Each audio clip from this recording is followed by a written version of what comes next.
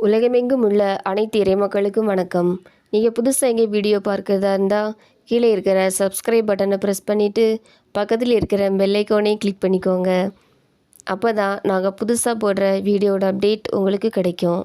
வாங்க இப்போ வீடியோக்குள்ளே போகலாம். பொதுக்காலம் 16ஆம் ஞாயிறு 19/7/2026. திருப்பலி முன்னுரை. இறையேசுவில் இனியவர்களே, இன்று தாய் திரு அவையானது பொதுக்காலம் 16ஆம் ஞாயிறை சிறப்பித்து கொண்டிருக்கிறது. இன்றைய நாள் இறைவன் கனிவும் பொறுமையும் கொண்டவர்.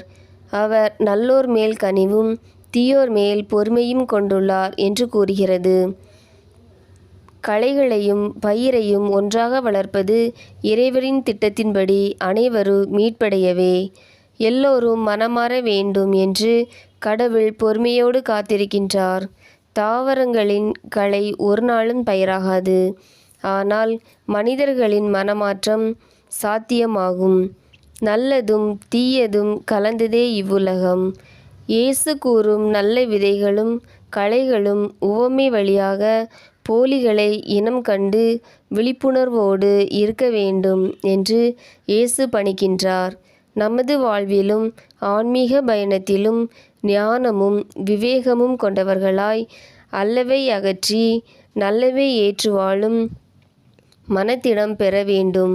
இறைவனின் சாயலாக படைக்கப்பட்ட நாம் பணம், பதவி, பொன், பொருள், தீய இச்சைகளில் நாட்டம், ஆணவம், பேராசை எனும் தீய சக்திகள் நம் வாழ்வை வீழ்த்திடா வண்ணம் பாதுகாப்பாய் வாழ்வோம். இறையாசீர் பெறுவோம். முதல் வாசகம். சாலமோனின் ஞான நூலிலிருந்து வாசகம்.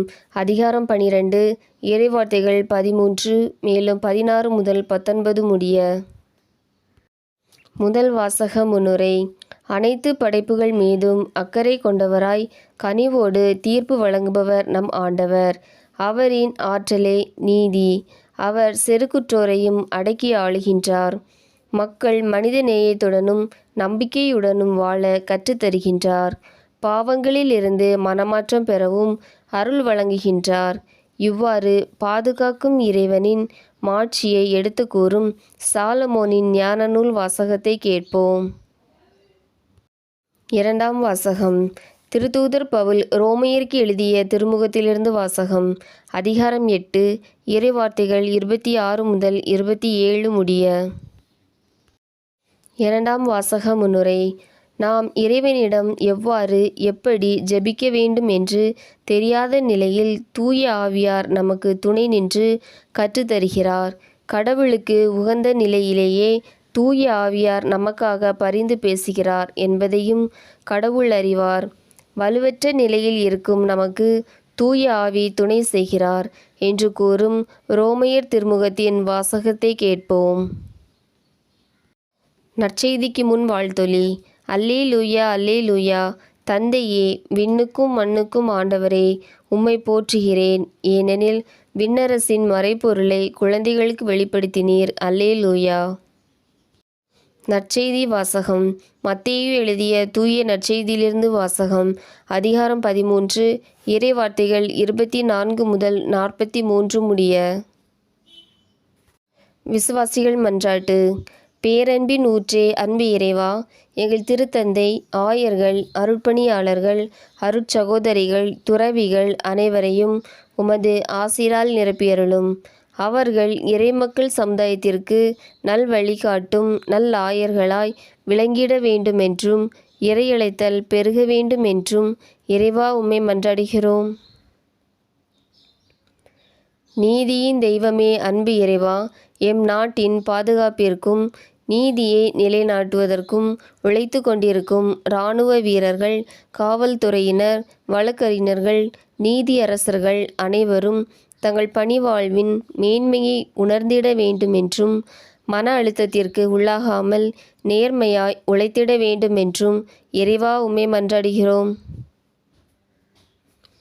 அன்பும் அமைதியும் வழங்கும் அன்பு இறைவா, இவ்வுலகில் வாழும் அனைத்து மனிதரும் என் நண்பர் என்ற வார்த்தையை வாழ்வாக்கி அன்பு செய்து வாழ வேண்டும் என்றும் எல்லா காரியங்களையும் அவசரமாகவும் எளிதாகவும் கிடைக்க வேண்டும் என்பதற்காக குறுக்கு வழிகளை நாடாமல் நேர்மையாய் வாழ வேண்டும் என்றும் இறைவா உம்மை மன்றாடுகிறோம்.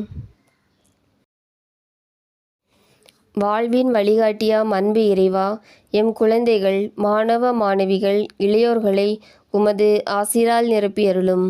அவர்கள் இறை ஞானமும் தெய்வ பயமும் கொண்டு தங்கள் வாழ்வை காத்து கொள்ள வேண்டுமென்றும் நல்ல எதிர்கால வாழ்வை தந்திட வேண்டுமென்றும் இறைவா உம்மை மன்றாடுகிறோம். குடும்பத்தை வளப்படுத்தும் அன்பு இறைவா, எங்கள் குடும்ப உறுப்பினர்கள் ஒருவரை ஒருவர் அன்பு செய்து வாழ வேண்டும், அனைவருக்கும் நற்சுகம் தந்து காத்திட வேண்டுமென்றும் குழந்தையில்லா தம்பதியினருக்கு குழந்தை செல்வத்தை தந்திட வேண்டுமென்றும் எங்கள் தொழில் முயற்சிகளை ஆசீர்வதிக்க வேண்டுமென்றும் இறை அன்பில் வாழ வேண்டுமென்றும் இறைவா உம்மை மன்றாடுகிறோம். ஆமேன். உங்களுக்கு எங்கள் வீடியோ பிடிச்சிருந்துன்னா லைக் பண்ணுங்கள், கமெண்ட்ஸ் பண்ணுங்கள், உங்கள் உறவினர்களுக்கும் நண்பர்களுக்கும் ஷேர் பண்ணுங்கள். நன்றி.